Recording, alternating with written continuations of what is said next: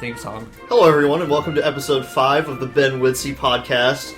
That is background noise while you're doing something else. I'm Tim, with me Troy. Hi. And Joseph. Hi.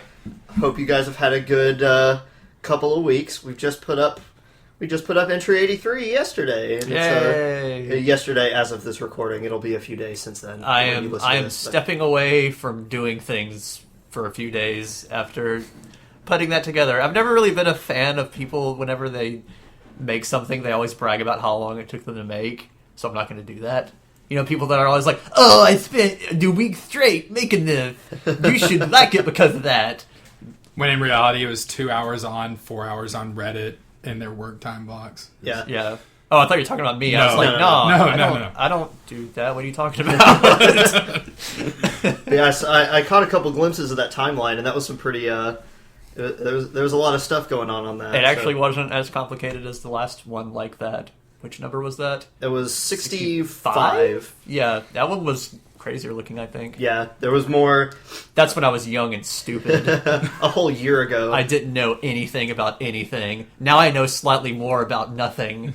Well, it's paid off because, generally speaking, very well received entry. So congratulations. Let's buddy. all pat ourselves on the back and whisper We're how not patting great we are. ourselves on the back, patting we're patting you on the Oh, back. well.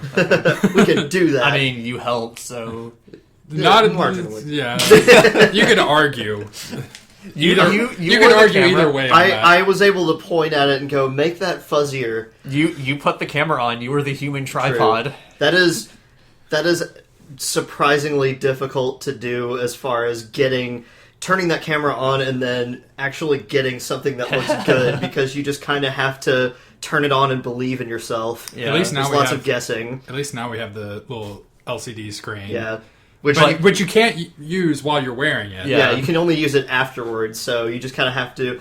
If you have to point at something specific, like, you know, if you have to whip around really fast and then stop while you're pointed directly at somebody, that's really difficult to do. So, but luckily, since you can't see behind it, you can kind of have your hands, like, behind it, kind of pointing at the general direction of whoever it is you're supposed to be pointing at, and it's a fun little guessing game to play. Yeah, it is.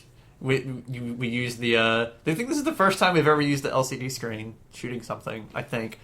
And it's already come in handy a few times. Yeah, so I'm glad we have that. It's kind of like the GoPro equivalent of the director's viewfinder thing. You see actual professional people use. Real people. Yeah, real people use. So where it's like, I don't want to set up a camera. I'm going to look and see what this looks like on a camera before I set it up. That would be really great to have. I wish we had one of those. But yeah, other than entry 83 is the big thing of this past week, and of course we've got, like we said, mustache news. We have the mustache and everything now. I think we said that last time. I thought we already announced that. We did. I'm just reminding everyone. We haven't lost it in the 2 weeks since we said that. Yeah. Which is a small miracle in and of itself. So now that the big entry is out of the way, we can actually have time to make some nature breaks. So we'll be getting on that. Yeah. Pretty soon. Yeah. Also, though, another thing that we're going to start up again for like the 5th time is we're going to start doing live streams again.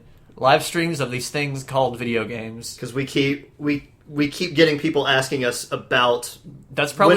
When are you guys going to do more live streams? And we go, sometime, then forget about it for another month or two. Have we made the decision as to what we're playing? It's between Pig Machine, Amnesia Pig Machine, the game, the video game, based on the motion picture, Amnesiac, The Lost Man. Okay. And... Port Device 2000. Yeah, that's the sequel. Yeah. And what was the other one? A Pig Odyssey. The really bad motorcycle game. I can. Road to Ride to Hell, or is it Road to Hell or Ride to Hell? Ride to Hell Retribution. That's Retribution. What it is. Yeah. It has, I think, one of the lowest. I think it has the lowest Metacritic score of any game on Steam. So, and you were kind enough to gift me that for my birthday. Your birthday. So I appreciate that. Happy birthday, Tim. I purposefully still haven't tried it out yet, solely for Let's Play purposes. I want to go in blind. Good. I want to experience it all firsthand. But whenever we do it, whether it's going to be Pig Machine 5000 or Hell Ride, the motorcycle game, It'll be on Hellride Motor Wheel Speedway. Yeah, it'll be on Twitch now because we were doing it on Ustream. And That's Ustream, a flaming pile of crap.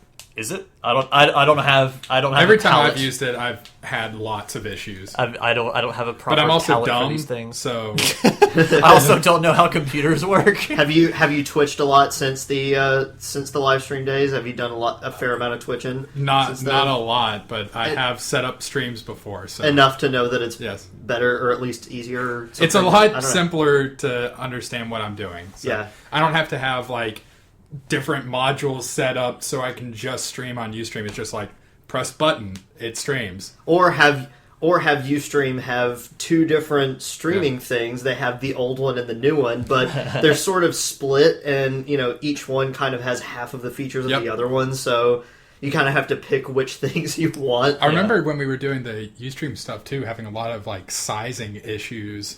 Well, that's Like, just it from would Minicam, I think. Yeah.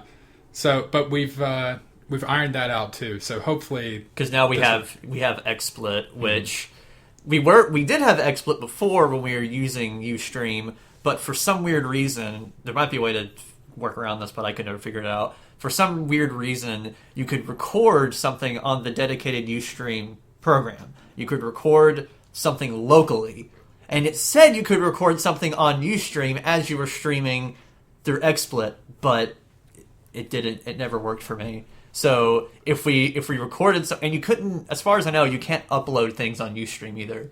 Like I think it has to be done live. I don't think you can upload like stuff that's already recorded. I don't think you can do so that. like you could record it locally, but you couldn't do anything with it on Ustream. But you could do it on Ustream. It's like you said, you had to pick which one you wanted. It's like you could play it live and have a local recording of it that you couldn't put on Ustream, or you could play it live. Wait. There was a trade-off there somewhere, but I forgot what it was. Oh yeah, if you didn't work well. Yeah, if you use Ustream without using XSplit, it looked bad. yeah. So Oh yeah, I remember the video quality was drastically lowered. So yeah, I went back and watched us playing Surgeon Simulator, and it's like, man, I'm sorry. this frame rate is like somewhere around 15 frames a second, which is half of what it usually is or should be. So it's still better than, because we started out on blogtv.com, which isn't around anymore. Yeah, and that didn't last long that at one all. was even worse. I think Blog TV was either bought by someone, a company that already existed, or it was bought by some other company and they changed the name of it. I don't know, but I got junk mail from them a whole lot after that, so I just blocked it. I feel like however bad the ads were on Ustream, I remember Blog TV's being a lot worse than that. Yeah. Does Twitch do the thing that Ustream did where when you first go in, it plays a 30-second ad before it comes on? Yes. Okay. So it's no different from Ustream in that regard. Yeah, and since this is a brand new channel and it's probably, let's be honest, probably not going to get the sunburst of popularity for us to actually control our ads. Yeah. Right off the bat, they're going to be random intervals. Yeah, most likely. Which we can't really do anything about, but we'll be sure to. But it's okay because we're dull, so it's not really, you're not missing that much. You're not missing anything. Why are you even watching it? But if we have the setup, if we have the account set up before this podcast gets posted, or even after It is that, already set up. because I did it. you Joseph did it already already. did it. Okay, so whenever this podcast gets posted, we'll be sure to include a link to that channel in the SoundCloud description on SoundCloud.com. If you're getting this off iTunes, all 5 of you, We could just say go it. over to SoundCloud. Or you could just say what it is Yeah. on here. Oh, I didn't. Oh, yeah. You can now find the official THAC TV live stream channel at twitch.tv/THAC TV. That's twitch.tv, not just, yeah. Okay. I didn't know it was .tv. Yeah, I thought it was it's .tv. twitchtv.com. No. So now you can hear it and know what it is, and also click on it, so you're sure that you're clicking on the right thing. Basically what we're saying is please watch us on Twitch. Please. Yeah, I went through and figured out all the stuff about how to get podcasts onto iTunes, which is not particularly difficult, and I think we have 2 reviews, and one of them says it's not at all bad. Thanks. It's Nice. It's What at is- least okay. What does the other one say? I don't remember, but it was longer than that. So Okay. I like that review when it's done by someone else about a product. Like, it's not bad at all. I saw an advertisement the other day. That's a nice, great segue. Yeah. Thank you. And unintentional too. It's just happy accident. Organic. But Brisk Tea has some new product or something Lipton called Brisk Tea. Okay. I don't know who makes it. Yeah. It has a half and half drink. I guess it's like half tea, half lemonade or something, and everything. Which is awesome. And it's just called Brisk Half and Half. Because I guess Arnold Palmer has a trademark on his name now, probably. Probably. But the ad is just Brisk Tea, half and half, not half bad. I'm like, because then that implies that's not as good as you think it is. That implies that one half is bad, and you have to guess which half. Yeah, not half bad. Or if it's okay. Or is it more than half bad? Like it's actually three-quarters bad. It could actually be on either side of the half there. It could be a quarter bad. It could be a fifth bad. It could be a third bad. If we want to get really mathy. But that's still like I don't want any bad. It could be. It's like it tastes if you take 30% bad and you add it with 70% not half bad, then you get not even good, just 40, not bad. 45% decent at best. Yep. So it's a really good drink, but it's made by neo-Nazis in their garage. It's like, it's like, what is the dark secret there? Half and half. What is the dark secret? It's made by. What's the skeleton in the closet? It's made with completely organic ingredients in a prison bathtub. Yep. They just funnel it out every month. I mean, organic doesn't mean it tastes good. Yep. No.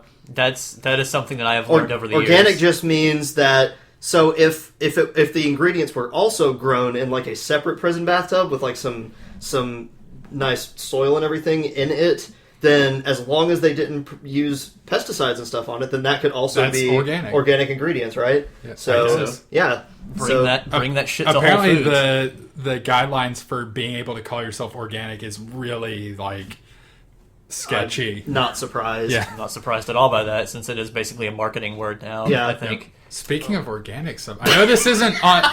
No, I know this isn't on the list, but the other day, the list. The talking point list. Oh, we don't have a list. What are you talking about? Everything is off the cuff. Yeah. Even though you mentioned that I made a segue right there. Yeah. Into another talking point. Shut up. Shh, don't ruin the. This whole thing is a sham. You're Anyway, what were you going to say? Avocados. Tell me more. I'm intrigued. I don't know that I'm that crazy about them. I don't really like avocados. Yeah, but it's weird because that's one of the super foods. Is it? Is it a superfood? I thought it was. The only thing that I know that's a superfood that I'm sure of is starfruit, but I'm not. Well, acai berries, whatever those are. Acai. Those are little seed. super berries. Yeah. Don't they have lots of antioxidants or something? I guess. I don't know. But I think avocado is in that group. I think it is, now that you mention it. And we were actually talking about the other day how it's like got the big nut, and the only reason it still is a thing is because humans like it. Or whatever. I think I learned it wasn't Vsauce. It was shit. One of those other educational guys. Yeah, I think it's okay to be smart, which is made by PBS, I think. Oh. Because I follow the guy on Tumblr. He's a cool guy. If I could remember his name right now, I would plug him. I would plug him, but I can't. You can plug the show though. Yeah, it's look up. Yeah, it's okay to be smart. It's good. But yeah, they had an episode a couple months ago, I think it was, about avocados, where they said that avocados should not exist because the animal that ate them, which this kind of blew my mind. The reason that fruits exist is so animals eat them, people included, while like eating the seed too. Like it tricks you into thinking it's tasty. So you eat it, seeds and all, you walk away somewhere, and after a day or whatever, you poop the seeds back out in the ground. Into it being tasty. Yeah. When actually it's healthy. Ew. Yeah. Or, it tricks you into propagating it, so you eat the seeds, you shit out the seeds further away from the tree so there's no competition, than another, whatever, apple tree springs up there, but... Which completely explains why your car looks the way it does right now, because it's bird fruit eating season. Oh, yeah. My car's covered in bird shit, yeah. So the seed in the avocado is, like, not really the size of your fist, but it's big. Like, you wouldn't eat it. And there's really no animal alive now that... That'd be a painful poop. Yeah, that could eat that and poop it back out without dying. So, it should be extinct, but...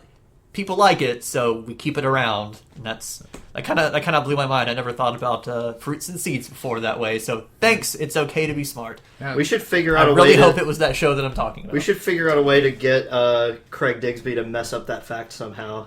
That's a good idea. There you go. Yeah. Just be like, there's actually...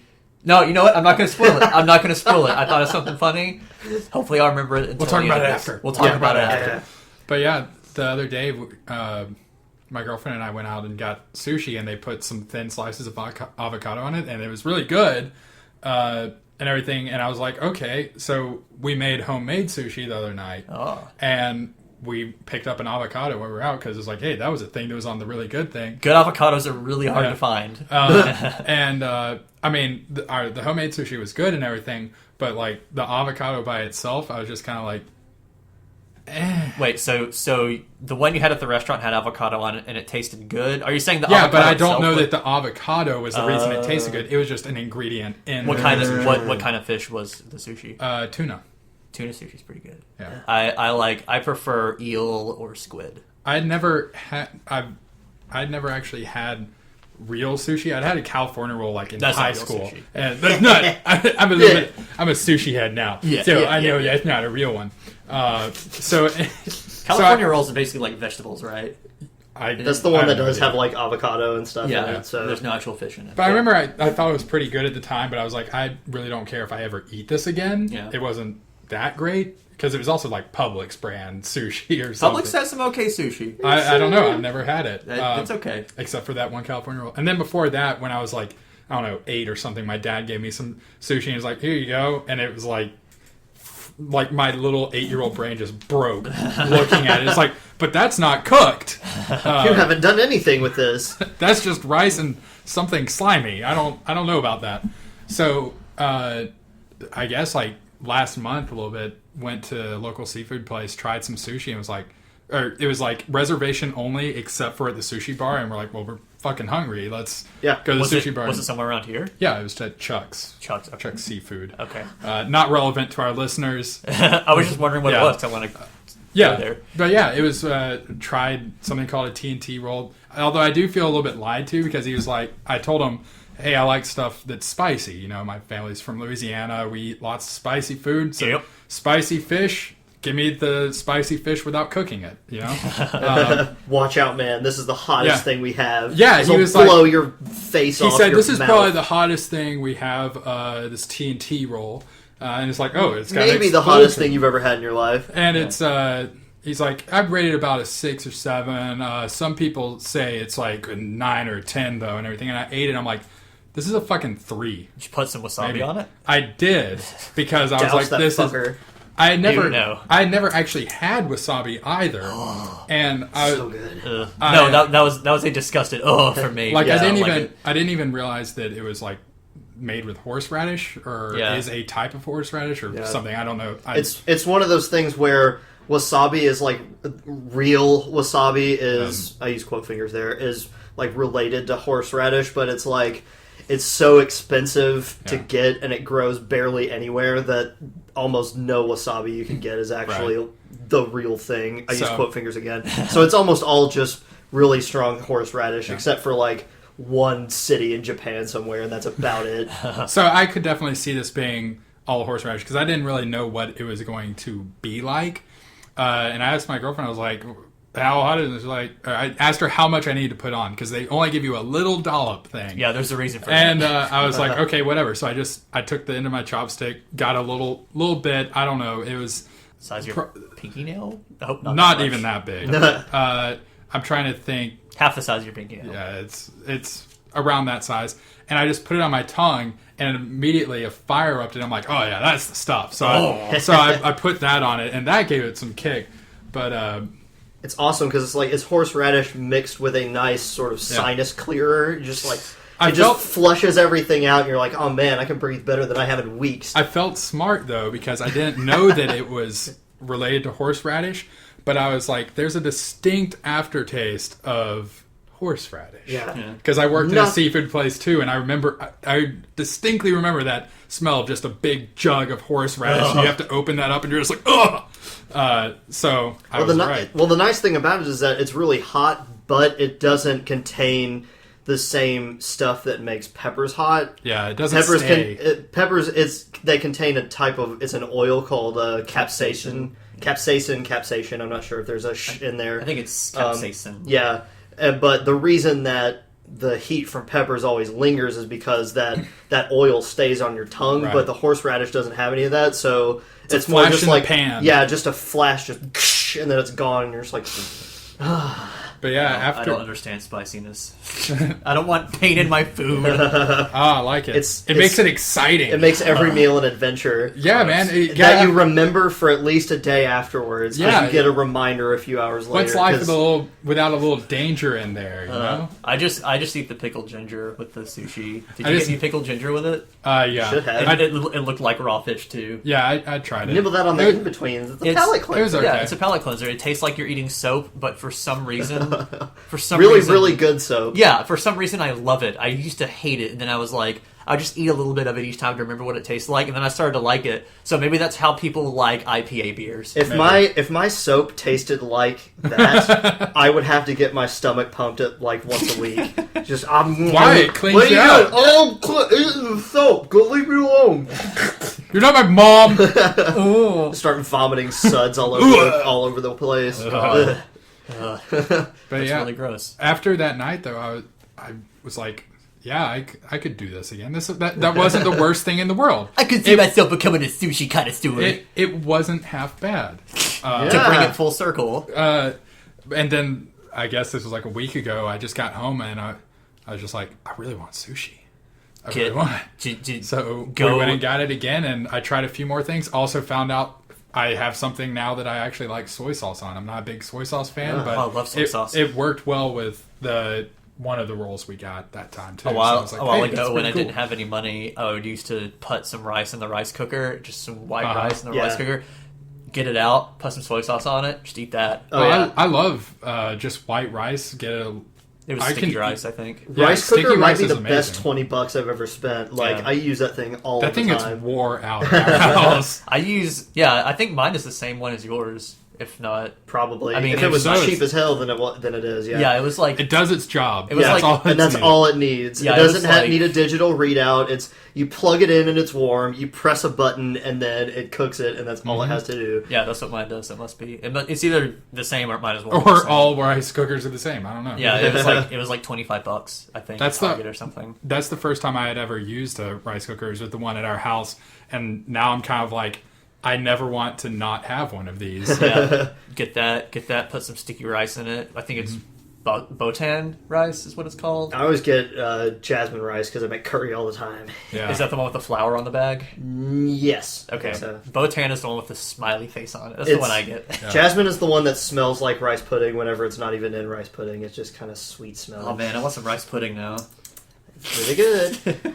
This is a food podcast. Do they have rice pudding at that Indian place you eat at all the time? Yes. Okay. I remember having it one time. Is rice pudding like an Indian food, or is that just a thing they have? It can be. It's one of those things that has lots of different variants. Okay. Like the kind that you get there is sort of thinner and runnier and has a very very distinct smell that isn't entirely unlike Fruit Loops. Yeah. I can't think of what that would be off the top of my head, but it's not like the stuff that my mom used to make when I was a kid. It was always really thick and had a layer of custard on top, and it had like the raisin and brown sugar and stuff like that. It's not that kind of bread pudding, but it's close. I know what kind you're talking about. It's because it smells like when you open.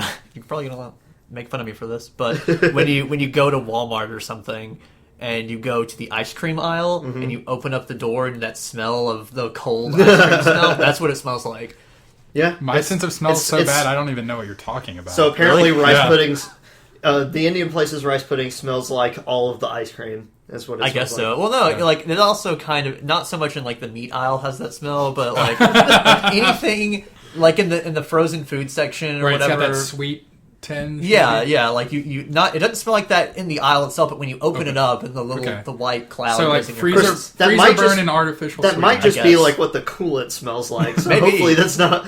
There's a leak. Indian rice pudding is made with Freon. Turns out that's the secret ingredient. I just figured it out. Rice pudding and bread pudding were two desserts that always sounded really gross to me until I got old enough to actually want to try new foods. I would say bread pudding is my favorite dessert ever. That's how I was as a kid whenever I heard the phrase sour cream. I didn't want to go anywhere near it. Well, I because of the still don't name. like sour cream. But Sour cream now, rules. like, I could eat that shit just straight out of the bowl with a Ew. spoon. Okay, no, I That- wouldn't. do that, Okay, not a whole lot, but if I happen to get a little bit on my finger, then I'll just. Well, yeah. It's pretty good. Makes your tacos exciting. I mean, there's a big difference between putting an entire fucking bowl's worth of sour cream in your mouth and a little bit on your finger. Yeah. But okay. There might have been a little I hyperbole see where you're there. going there. I think it's okay. Anyway, what I'm saying is I like the smell of freezers. I like the smell of gasoline. I like the smell of smoke. Clove cigarettes. Like, smoke is in smoker, like cigarette smoke. Yeah. And as long as it's not right in your face. Like, yeah. And unless it ambient smells, smell. it smells different when it's stuck on a person too, and it doesn't smell very good. Yeah. But It's like all the bad parts because of the smell. it's basically whatever the filter didn't grab got filtered back into their clothes, Yeah. so it's just all the nasty shit. And I don't know if it's apparently really weird, but I like the smell of cigars too. Cigars smell pretty good. Yeah. I don't know, I always- pipe Depending stuff. on what kind it is. Especially if Like, if it's a shitty, like, $2 cigar, then No, it's no. not going to smell cigars and like pipes, especially if you just like open up a fresh bag of like pipe tobacco, that stuff smells really good. Yeah. good. I worked with a guy that smoked a pipe, and We were that just was talking his about thing. that in the car today because Tim has his is it like a vaporizer? Is that what you would classify it as? Yeah, just Okay. electronic cigarette. Yeah, it's in like general. an electronic cigarette that isn't disposable, basically. Yes. And we were talking about that. One that how isn't there's- garbage. Yeah, and we were talking about how there's kind of a negative stigma attached to that of being kind of neckbeardy when you have an electronic cigarette. But I'm like, it could be worse. You could be smoking a pipe. What I'm saying is you could be smoking a pipe at your age. Yeah. I think old people, it's okay, I guess. I don't know. I would have get a bow tie too and be like super basically the coolest guy In the world. ever. Yeah. Yeah. But yeah, I guess but you're not just walking around with a pipe in your mouth all the time, because Yeah. that's weird. With the exception of Tim, anytime I see someone smoking on an e-cigarette, or more specifically one of the disposable ones, Yeah, like the made by black ones Blue with or the whatever, blue light on it. those things are such garbage. every time I see someone with that, I know that if I ask them to stop or something, they'd be like, do you mind? This is not a cigarette. That is water vapor. Yeah, It's that's- I know, but it still smells like shit. Get it out of my face. That's kind of one of the issues that's kind of within, because I've been on the like the Something Awful e-cigarette thread and like the Reddit subforum and stuff like that, and that's kind of one of the things is like there's always that one fucking guy where it's like These plebeians don't even realize it's not real smoke. I used to be able to just puff on it quietly in the office, blow under my desk, whatever, and nobody cared. But then there was this one dickhead that, had his super duper mod thing, and he was blowing giant clouds in the middle of conference meetings, and now nobody's allowed to do it anymore. It's like,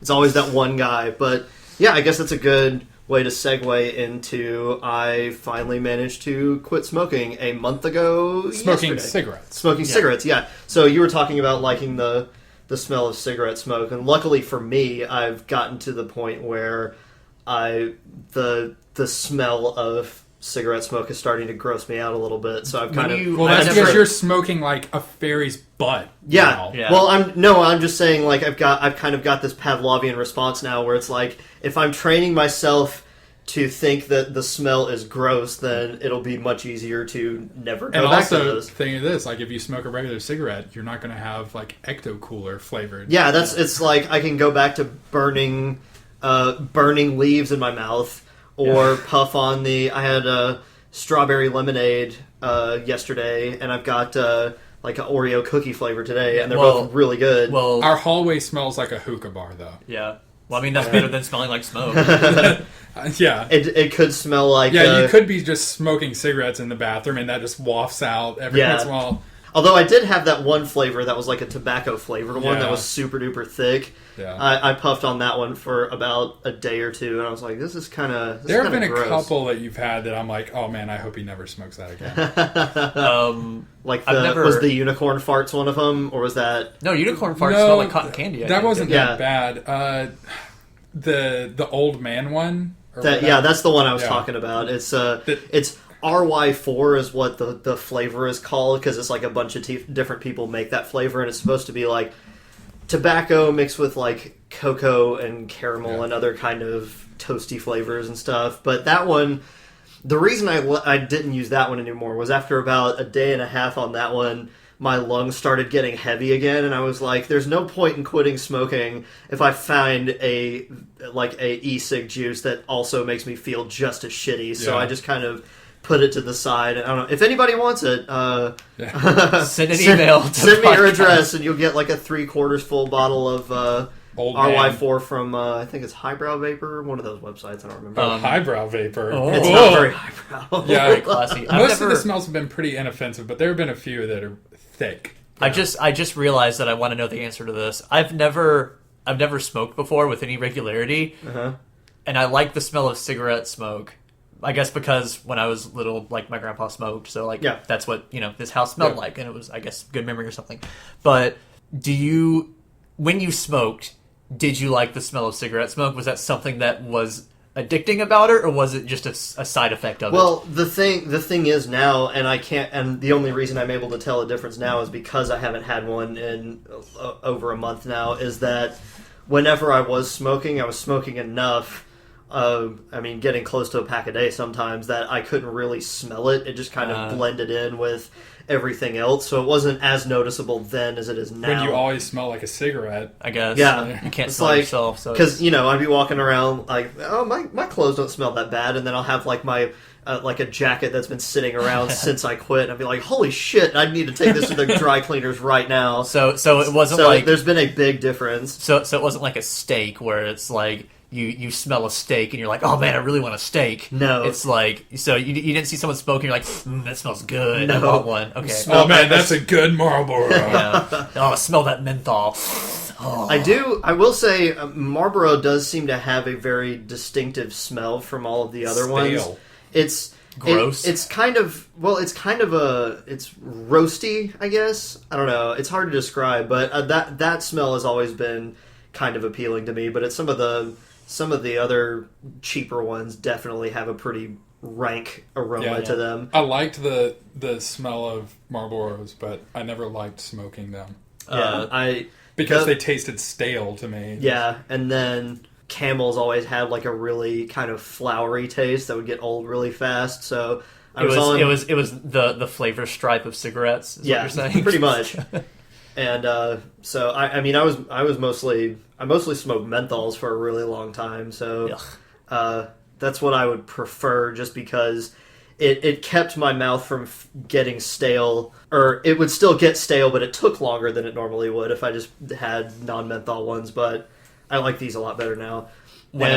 Sorry, go ahead. Well, I was just going to say, and I like it now because there's two phases to it from what I have seen and experienced firsthand. It's like phase one is using it as a quitting aid. Mm-hmm. Then once you successfully did that, you start seeing as its own thing, and it kind of starts to become a hobby a little bit. Because then you find out that there's a vape head, all these kinds of different varieties of different gadgets. Like some of them have more complicated stuff going on, or you can build your own shit. And now it's like it combines two of my favorite things, or was my favorite things, which is A, smoking, and B, fucking around with little electronics and stuff. Yeah. So now I can, combine two of those things into one. Now I just need to figure out how to integrate an e-cigarette into the synthesizer I was building somehow. Just like combine both of those with your lungs. I was thinking,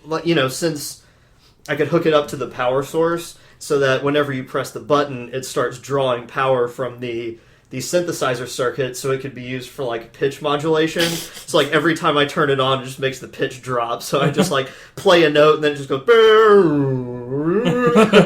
So it'd be like a smoking vocoder or something. Kind of, yeah. Or next to the keyboard on a lot of those, they have like the little wheels that you can go back and forth to raise and lower the pitch. It'd be kind of like that. the mod wheel or whatever. Yeah. I don't think I would ever actually do that, but it's food for thought. Yeah. Smoke for thought. Yeah. Flavored smoke for thought. Vape for thought. Now, you told us that it has different concentrations of nicotine in it.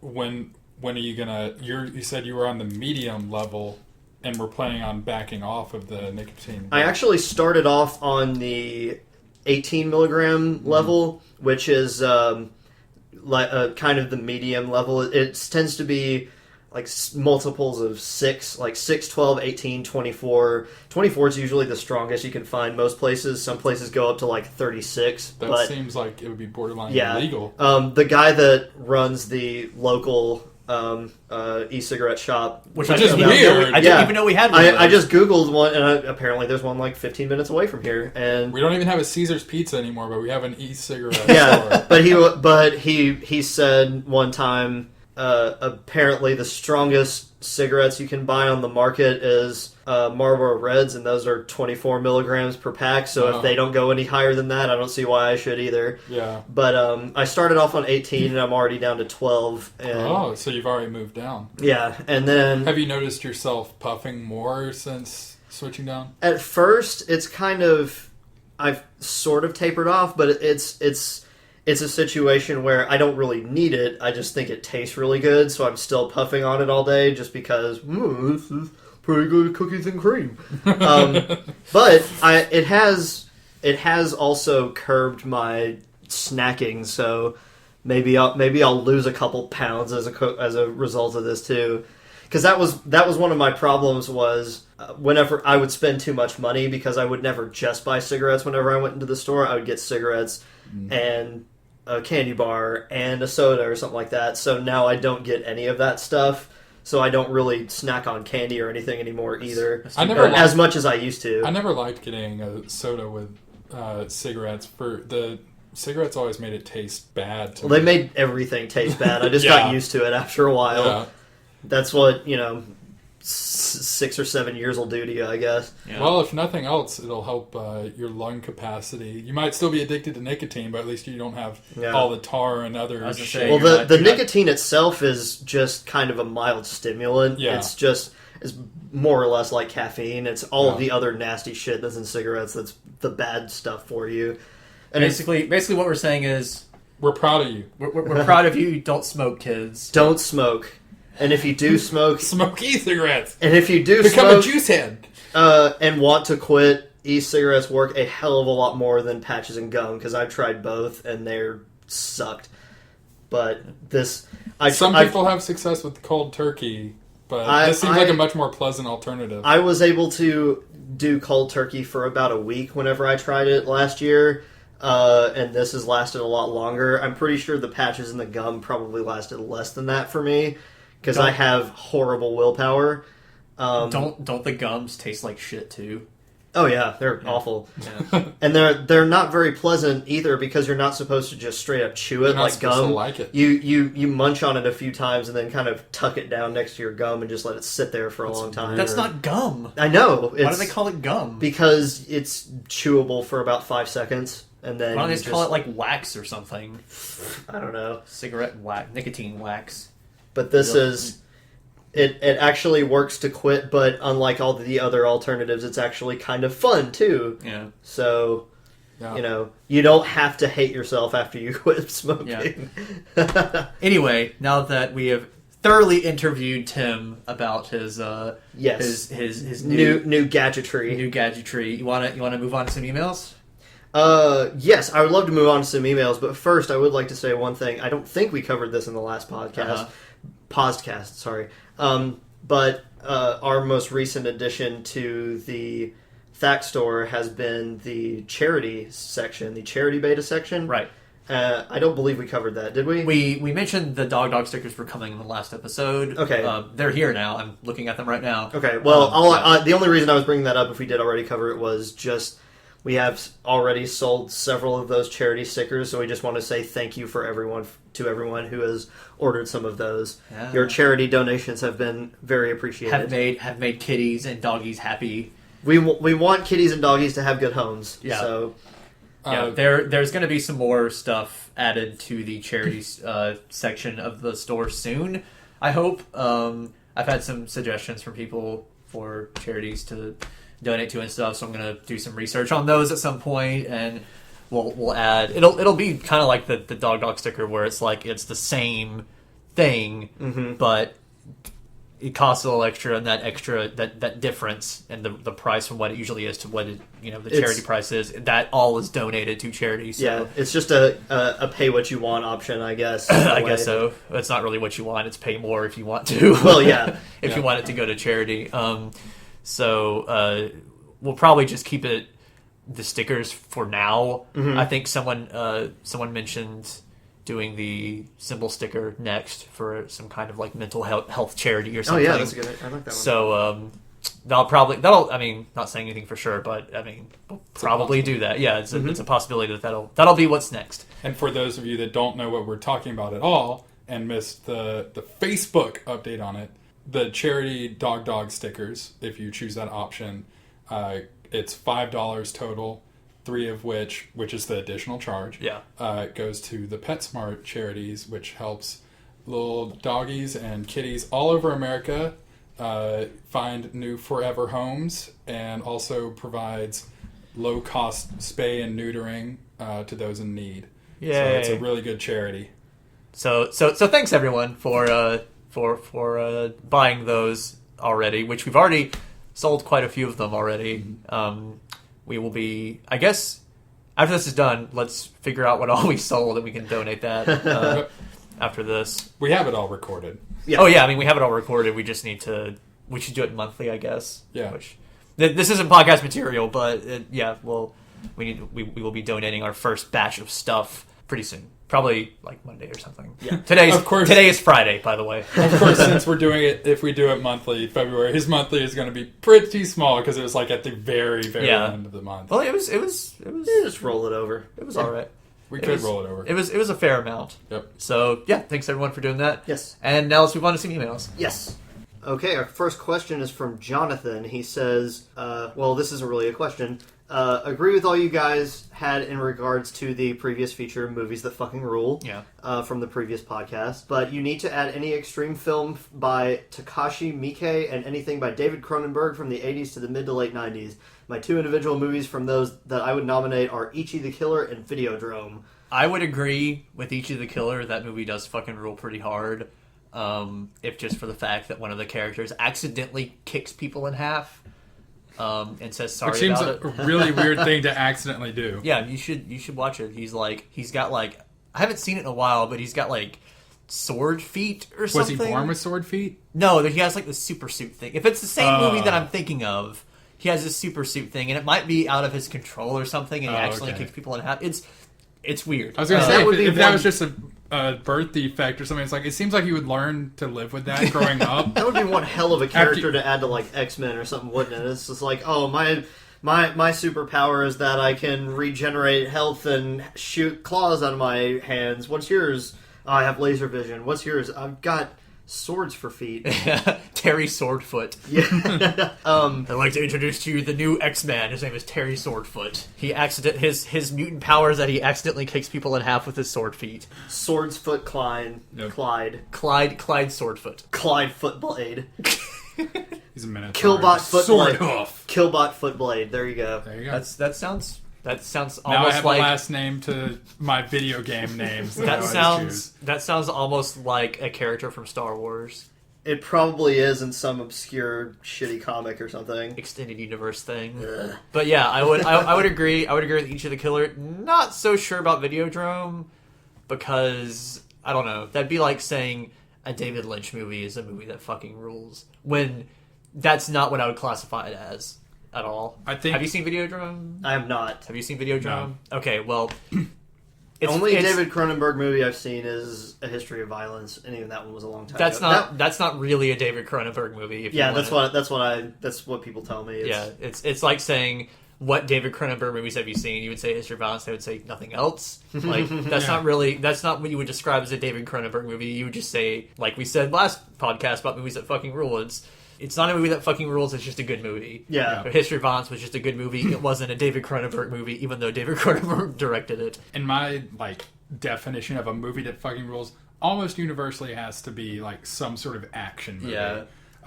Running Man, That's a movie that fucking rules. I've never seen Running Man. Oh. Is that the one with Dustin Hoffman? No, that's the one with Arnold Schwarzenegger. Oh, yeah. I'm thinking of Marathon. No, I thought Marathon Man. Marathon Man is the one with Arnold Schwarzenegger. No, the Running Man is the one with Arnold Schwarzenegger. Marathon Man is the one with Dustin Hoffman with the dentist guy. Yeah. Okay. So that you put Total Recall. Yeah. Yep. And Running Man. That's 2 Schwarzenegger movies that fucking rule. I think a lot of and then the Schwarzenegger Terminator movies from argument are kind of in between. Predator fucking rules. Yeah. Wow, Schwarzenegger makes a lot of movies that fucking rule. Rambo. Oh wait, He's going to be in a new Terminator too. Wait, really? Yes. And I love it because every time I see an article about it, they just use a picture of old man Schwarzenegger riding a bike, and he just looks. He looks rough. Like riding a motorcycle, or just riding a bike. Just riding a bike. He's got little sunglasses on. He's got the receding hairline, kind of slicked back. It's like you can tell that he used to be athletic, but it's like he's fucking really 60, 70. Yeah, he doesn't now. have to. He doesn't have to be anymore. Leave He Arnold does alone. though because he's going to be in the Terminator. maybe he's gonna be like the retired. Sylvester Stallone didn't let up, but he Probably maybe Terminator 5. Is this gonna be 5? Yeah, this is going to be 5. 5. It'll just be about a retired Terminator unit. It's just him hanging out and drinking beer all the time.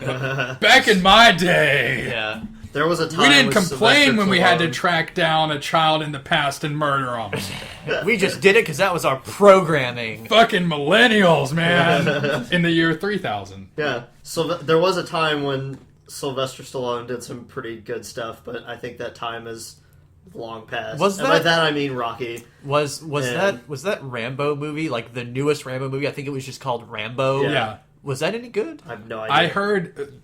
My sources tell me that that is a movie that fucking rules. I have not seen Okay. it myself. I've only ever I hear seen, the body count in it is extraordinarily high. I've only ever seen And I've First seen Blood. the gifs of the Yeah. dude being shot by the Jeep mounted machine gun. I remember seeing in the trailer. I was very confused by this. There's just one shot in the trailer where Rambo shoots the guy with a bow and arrow. I think it's just a regular arrow. He shoots the guy with a bow and arrow. The guy gets hit, falls down, and explodes. I don't know what the context of that is, and I don't know if I want to see the movie to get the context Right. because that is a part of a trailer that fucking rules. I would It say kinda- the first Expendables is. Haven't seen it either. Well, I don't know. I want to say that it fucking rules, but I'm undecided. I think it might be too not bad enough to be hilariously bad and awesome. Just kind of it's bad. just kind of bad, but also a lot of action that's kind of dumb and stupid, and it's a popcorn movie. I mean, what do you expect? I've only ever seen First Blood, which is the first Rambo movie, and that one was pretty good from what I remember. But I know it's funny as such a violent franchise. First Blood has, relatively speaking, Oh a yeah, tiny. It actually had a story to tell at the time. But all I know about the rest of them is that my dad said he saw Rambo: First Blood Part 2 in the theaters, and he walked out of it and said, "I'm never seeing another Sylvester Stallone movie again for as long as I live." And as far as I know, he's kept his promise. Except Has he seen Ants? He accidentally saw Ants. He didn't know that Sylvester Ah. Stallone was in it until afterwards. He's just like, "Damn it." But that's the closest he's come to making that. He hasn't seen Sylvester Stallone's face on screen since the 80s. Well, Wow. the ant that he voiced looked kind of like him. Mm-hmm. So A little bit, yeah. that's what was disturbing about that movie, where there were ants with people faces. Yeah. That was a very disturbing movie, and it's not really for kids either. And yet they showed Especially- it all the time in middle school Yeah, as I'm hungover day. Yeah, that makes so much sense now. Yeah, all those days that we watched Shrek in our English teacher's class was hangover day. Probably. You're probably right. That would not surprise me at all. Does that mean that our middle school band director was hungover a lot too? Because we watched a lot of Remember the Titans. Yeah, we watched that movie constantly. Just Anyway. over and over again? Just remember the Titans? Yeah. What? Because and every it was- teacher had their one hungover day movie. Oh, okay. It was Ants, Remember the Titans, Shrek, and... I hate the first Shrek now. I can't watch it. I just get mad. It's a movie that gets worse the more you watch it. There's only so many times you can I hear would notice- All-Star in your lifetime. I would before it notice little details and stuff, and instead of appreciating them, I would just get angry at them. Yeah, I mean, A seventh grader should not be that jaded. I saw Rat Race a lot. I used to watch Rat Race that all the movie time. blows. Really? I fucking hate that movie. It might have been because one of my friends really liked it, so whenever I was over there, he'd always play it. But I saw it one time. I was like, okay, that wasn't worse than cancer or anything. And then every time, like I've seen it 2 more times, I'm just like, you hate it more. This movie cannot end soon enough. Cuba Gooding Jr., why do you do such bad movies? I've only ever had that movie happen to me once, and I don't remember enough about it. Basically, what I'm saying is I've had significantly more Smash Mouth in my life because of that movie, and not just because of Shrek. So I have 2 movies that have increased my Smash Mouth quota for my life. Is there a lot of Smash Mouth in Rat Race? It ends with Smash Mouth. Oh, okay. It's... Oh, Shrek begins and ends with Smash Mouth. I forgot about that. So, seeing those, watching Rat Race and then Shrek, you have 3 Smash Mouth tick marks on your quota, and you see them over and over. Yeah, if you start craving eggs, it's kind of like you once you go over the quota, each extra time you hear Smash Mouth, it takes a year off your life instead. Mm-hmm. So it's people that die young, they probably listen to too much Smash Mouth. Jimi Hendrix was a big Smash Mouth fan. Yeah. Let's leave that at that. Let's not go any further with that. Going back to David Cronenberg. I can't think of a movie of his from... Joseph just almost choked. I'm just thinking of Amy Winehouse listening to Smash Mouth and deciding, nope, this is it. Loads up a speedball and embraces darkness. Wow. That's dark. That's pretty dark. Amy Smash House. For all the tabloid stuff about her, I really did like her voice.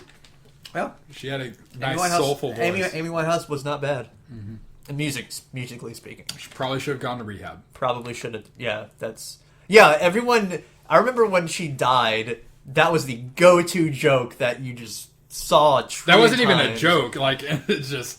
No, it was everyone being like, I guess she should have gone to rehab. It's like, fuck you. Yeah, shut up, Facebook. I get it. What is wrong with you? I thought of that joke too, but I didn't. I didn't say it because I'm not a shithead. Yeah. And that wasn't me making a joke. She should have gone to rehab. That was like, actually... No, really, she would have helped. Yeah. Like, that song is sadly ironic. Yeah. Basically, anyway, if you have substance problems, please seek help. This is not a joke. Yeah.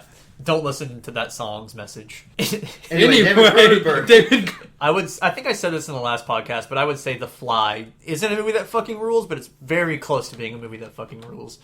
David Cronenberg didn't do the Invasion of the Body Snatchers first remake, did he?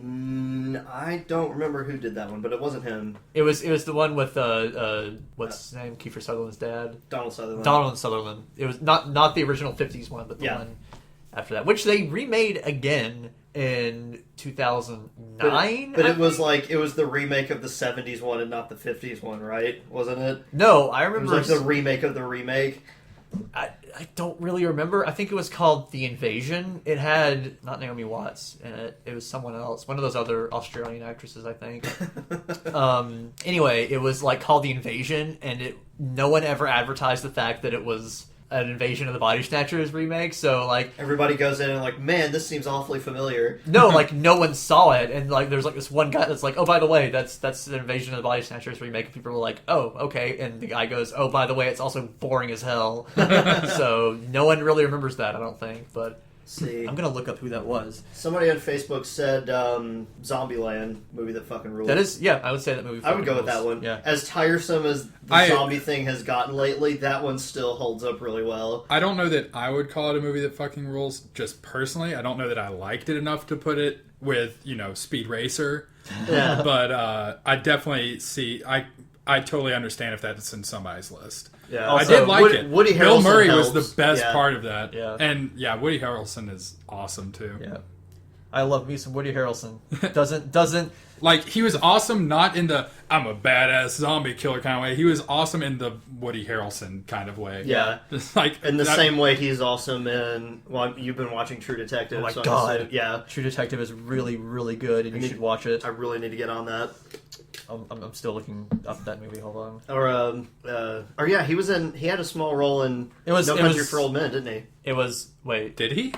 Woody Harrelson? Oh yeah. He was like the bounty hunter guy. Oh, yeah. Oh yeah, I actually heard some interesting trivia about that. It was apparently Woody Harrelson's dad was a professional hitman. What? And in 1980, he assassinated a federal judge in Dallas, wherever it is. No Country for Old Men was written to take place in 1980 in Texas, and like in Woody Tommy Harrelson Lee played his dad. Well, no, in Tommy Lee Jones's narration, he mentions like it's based on, but it's not supposed to be completely true. But in Tommy Lee Jones's narration, he mentions something about a federal judge being murdered recently. Ugh. So, like, Woody Harrelson plays a character in a story that references his real-life dad. Wow. Yeah, full circle. That's really weird. That's meta as fuck. Yeah. Unless that's just an urban legend. I kind of hope it isn't. I don't know. That is, by the way, just looked it up. It was Nicole Kidman. Oh, She's Australian, right? I don't know. Yes. I think she's... It was Nicole Kidman and Daniel Craig. Look it up, and if you're wrong, just cut it. Yeah. If I'm wrong, I'm sorry. Oh, no, she's not. She was born in Hawaii. I don't know why I'm... Hey, that's over in the ocean. It's an island. That's close. Actually, I don't think you could be further away from Australia Yeah, than you in could. Hawaii. Hawaii is closer to Australia Is than it? we are. Yes. She may have been born in Hawaii. Does she not live in Australia, though? Because I'm pretty sure you were right about that. I thought. I don't know, man. I don't want to... Don't want to dig a deeper hole. Yeah, I don't want to dig a deeper hole. I was never a huge fan of Naomi Watts until I saw Mulholland Drive, and she was really fucking good in that. So, What about King Kong? oh yeah, I forgot about that.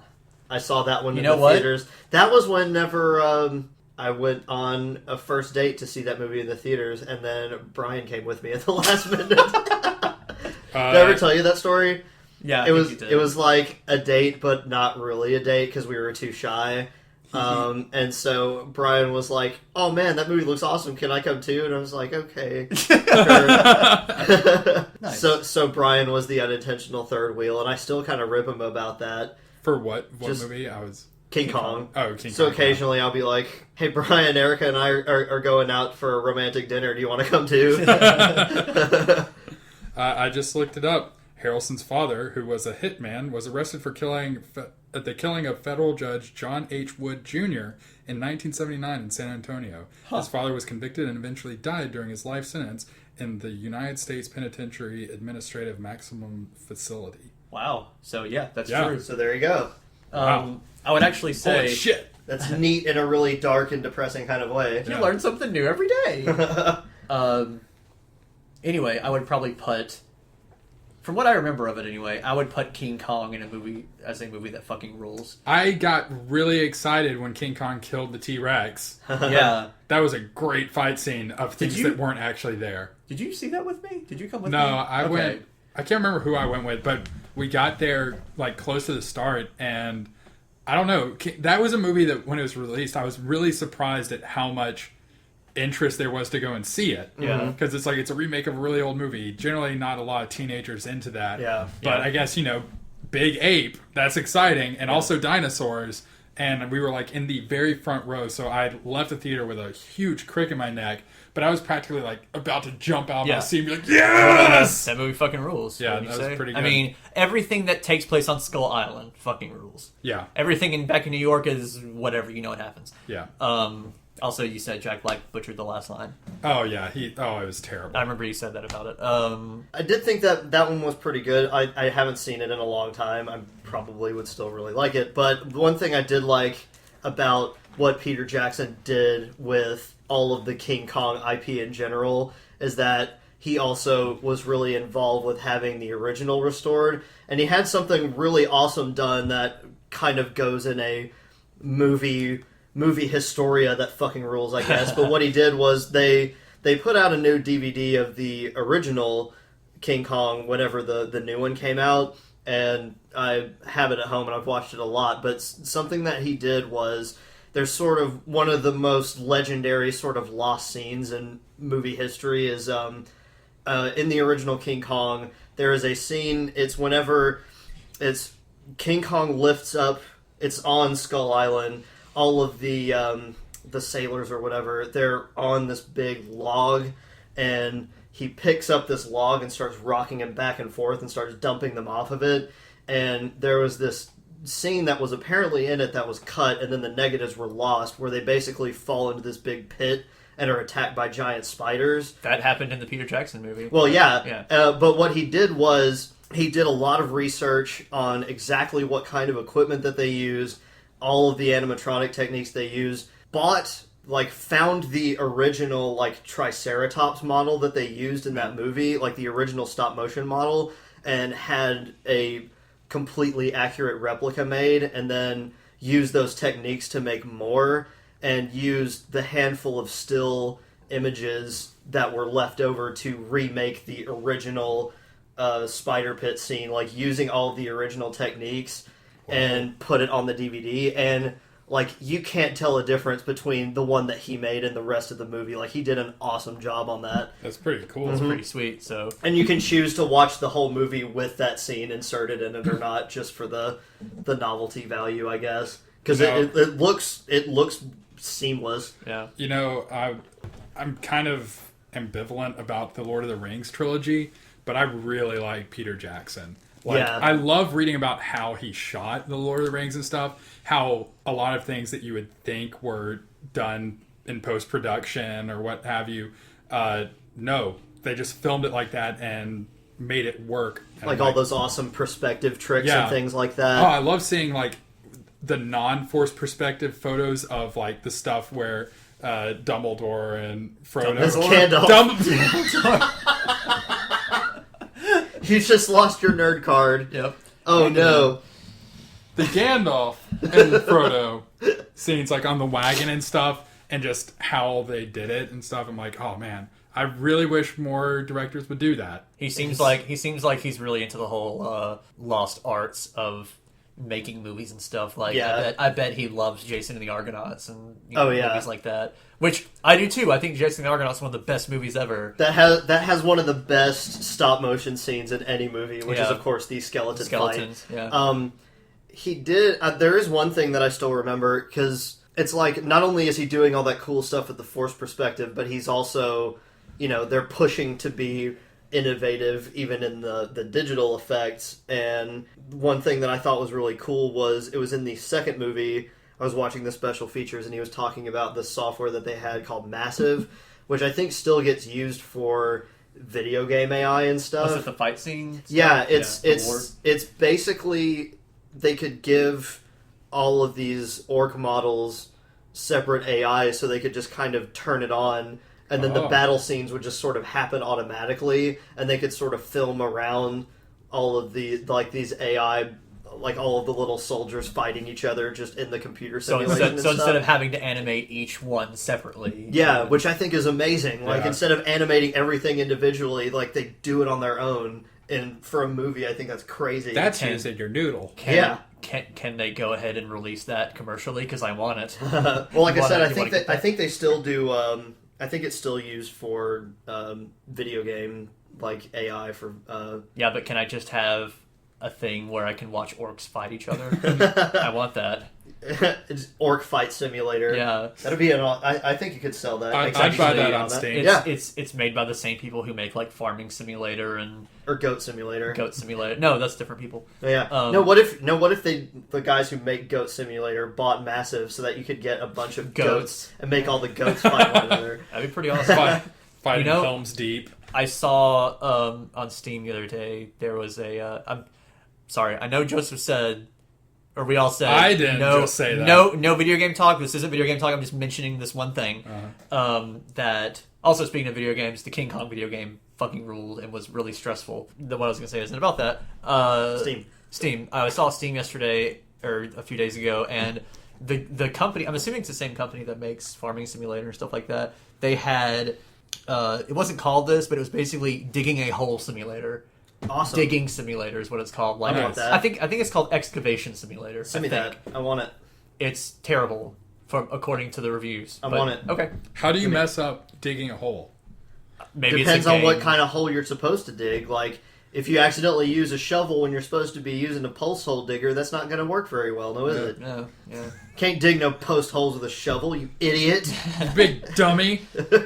Basically, what I'm saying is, next live stream, not the next one we're going to do, but the one after that, or maybe the one after that if we do the 2 games. Dig some holes. Dig some hole simulator. Yeah. I like it. Dig some hole simulator. Hole diggins. Yeah. Hole Diggins. That can be the character's name, too. Hole Diggins. We could combine the podcast and a live stream where we just do European Truck Simulator and then just driving along, and then we basically just have one of these podcasts whenever we're driving to another city. Yeah. There you go. Yeah, that's a good idea. I do have Euro Truck Simulator, but I haven't played it yet. Why?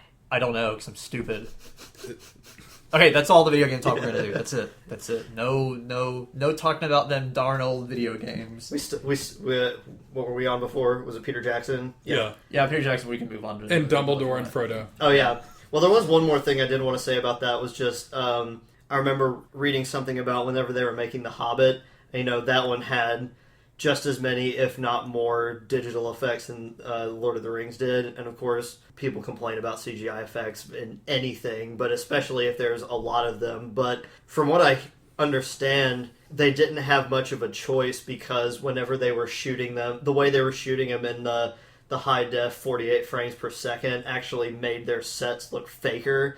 And there wasn't a whole lot they could do about that. So it's like they had to use even more CG than they wanted to, just because their new tech that they were shooting with made their sets look like shit. So there's someone out there whose job it was to make a Hobbit chair look good in 48 frames per second. Yeah, and make this lantern look good. Because I know in Lord of the Rings, even the some of the sets was it Weathertop? It was in the first movie, the area with the big fire in the middle where they first meet the Black Riders and they all kind of get crowded on. I've seen that movie once. Well, so I'm not sure. Apparently even those the big fancy marble sets were made of painted styrofoam and stuff like that. Yeah, they usually are. Yeah, and I guess those just didn't look as good on 48 frames per second. It looked more styrofoamy. Yeah. I don't want to see that movie in 48 frames per second. I'm sorry. I don't want to see many movies in 48 frames per second. I want to stick with my 30 or 29.97. Yeah. Just stick right there, or 24. 24 was good too. Anything in between those is fine. I mean, I get why they want to try it, because they want to try something different. I don't know that The Hobbit is the best one to try. Yeah. Well, it's just because 24 frames per second has been the standard for a very long time for solely technical reasons that are no longer a thing. Because I think it was back in the early days of film, it was that was as fast as the motors could turn it, essentially. Yeah. And so that was just you also had competing. Yeah. But frame it's just, rates, that so was you had just to standardize it. Yeah, that was just the standard for so long that everybody got used to it. So I can see why, since they're always trying to innovate in all these other different ways, I'm not surprised that they wanted to give that a shot too. But yeah, I don't fault them for it. I'm just not it doesn't look that good to me, and I don't think it was a good idea to do it. Well, maybe we'll just be the old guys grumbling whenever 48 FPS becomes the standard. Well, I was going to say maybe what you're saying about 48 frames per second was what old people said about color TV. It could be. Yeah. So I don't know. No, I'd like to see it on something that isn't high fantasy. Something that requires a lot of fakery, basically, a lot of trickery. Yeah, something, I don't know, more, like a True Detective kind of thing where it's pretty and pretty realistic and stuff. So yeah, you don't have to make a dragon. Yeah. Watch the next Star Wars movie use 48 frames per second now. Now that you've said that, it's no high fantasy? Okay, how about sci-fi? So it's fine. I did not know. Disney listens to our podcast. They're gonna they're like, oh, that's a good idea. No, I'm just saying, with your luck, watch that happen. I did not know that in the second Hobbit movie. I haven't seen either one of the Hobbit movies. In fact, I've only seen the first Lord of the Rings movie. I did not know that Benedict Cumberbatch was the dragon in it. Was Smaug. His voice is heavily processed, though, so you can't really tell that it's him. It's very deep. Also, they could have gotten a guy with a deep voice to do it, basically. Yeah. Also, the footage of him in the mocap suit is hysterical. That's why I learned that he did it. Was him just crawling around with all the balls stuck all over him and everything, going. Ah. Which seems ridiculous when you think about it, because it's a dragon. It's not a person acting like a dragon. Oh. It's why do you need to mocap a human faking dragon movements because it's hilarious. Maybe it's just easier to animate that way. I don't know. Whenever you already have something recorded as a framework. What I was saying, just put it on like an iguana. There you go. Good luck directing an iguana. It's like, now go over there. Like, you just have to keep poking it. You know Hollywood has trained iguanas. I hope. I don't know, but I really hope. And you just stick a piece of fruit on the end of, like, a little plank and just have it walk along. I bet the ones in Bad Lieutenant were very highly trained. Yeah, well, I thought... Yeah, those were iguanas. I was going to say they should have made it a chameleon, because, you know, a chameleon's kind of, like, rock back and forth. So and that's how Smog moves. Yeah, I really wanted to see someone Photoshop this for me. I want to see a chameleon in a mocap suit. That is something I didn't know I wanted to see until right this second, but I want to see a chameleon in a cute little mocap suit. And not just with the ball stuck on it, like with an actual little tiny little spandex suit made specifically for it, so it almost looked like it's going to do like a jewelry heist or something. Like it's just got like the black or green. Someone please do that for me. No, you wouldn't be able to tell. Yeah, no, they would have to use black probably, because otherwise the chameleon, if they were doing any kind of green screen work, would disappear. No, get it green, but first have him up against a different color, so he's like flower patterned.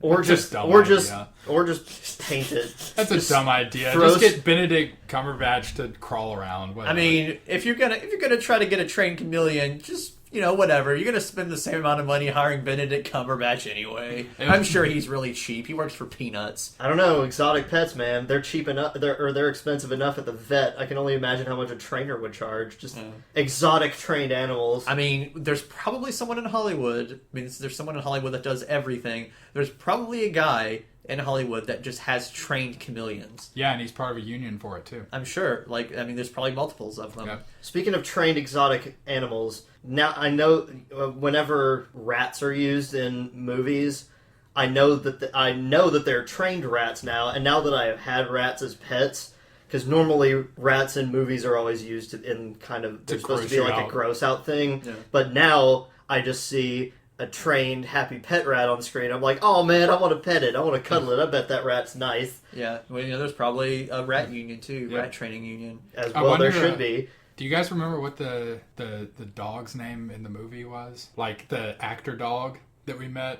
I can't remember. I know it was a girl, wasn't it? Was it a girl? I was thinking it was named like Jake or something. Might have been. I don't know. I think it had a people name. I think it did have a people name. Yeah. And I want our actor dog that's going to be in the Marble Hornets movie to win a dog Oscar. Yeah, there's such a thing as the dog I Oscar. bet there is. There is. Really? Yeah.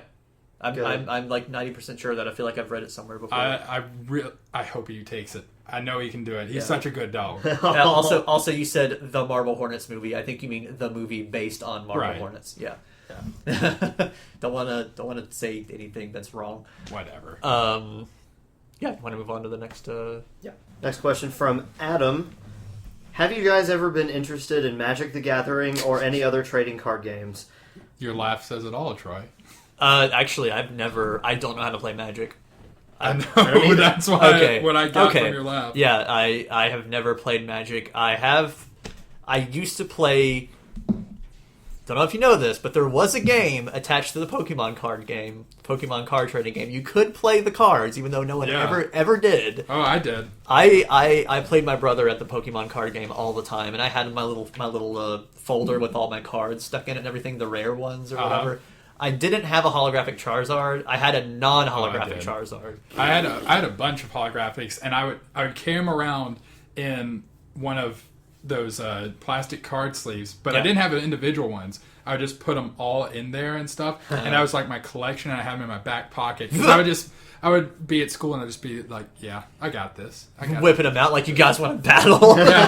You nerds. How long did it take for those to get washed? Well, the last day that I took them to school. Because it was the only day I took them to school, because they got washed, and I was convinced, I think now they're, like, all of them may be worth, if they were in pristine condition, $50. But at the time I was how many were they? It was like 30. Okay. And there were quite a few, and there were some really rare ones in there that at the time, if I had sold them, would actually probably worth a few $100s or so. Beanie Baby styles. Yeah. And but they got washed, and we tried to like put books on top of them and stuff, but it's like the water damage had already happened. I was just like, they're useless, even though that doesn't Yeah. I don't know. I've looked at prices on eBay, and I've never seen anything more than like $10. Yeah, like I It's said, and the $10 is for the big packs. well, too. like I said, maybe $50 now if they were all in pristine condition. Maybe, But did you say 30 cards? yeah. I would say like 10 or 15, probably. Yeah, they have not appreciated in value much at all. Well, that's I found the That's why I fucking said maybe. Okay, I haven't done my research. I found the Ancient Mew tie-in card that came from. Oh, that's seeing the worth movie. like nothing. Yeah, I was Because like, everybody that went to the movie got it. Yeah, I was like, I wonder how much those are worth, and it turns out nothing. They're worth nothing. I'm looking up holographic Charizard right now. Okay. 3 holographic base set, which is Charizard, Blastoise, and Venusaur. Holographic, $50. Nice. $50 for those 3. Color me incorrect. I had both Charizard and Blastoise. And Venusaur, actually. I had all 3 of those holographic. Did they have the first edition marking on them, too? Yeah, man. Well, no, they didn't have the first edition because first edition wasn't a thing that they marked when you first got them. If it was first edition, you apparently just lost out on $400. Oh. $400 on... I thought there was the little first edition mark, like on the right-hand corner of the picture. If I'm remembering... It was like they had 2 different markings, and one of them had like a little first edition thing on it. If I'm remembering correctly, I think they started adding like second edition on those. Because I remember I could be wrong. I distinctly remember having a first edition Scyther that had like a little circular one next to the picture, I'm wrong, and I was proud of that. But I know I got all 3 of those like right when they came out. So okay, this is kind of, I mean, eBay is kind of confusing, but it looks like this listing says lot of Pokemon cards, first edition holographic, Charizard included, is $80. Okay. Is that a buy it now that no one's actually buying? That's actually 0 bids, so yeah, that's no bids, and there's 3 hours left on it. Okay. Well, I guess there's a difference between how much people are selling them for and how much people are actually paying for them. Right. So like I said, maybe $50. But yeah, these buy it now ones, first edition holographic Charizard, $400. Yeah, there's multiples of those that are $400.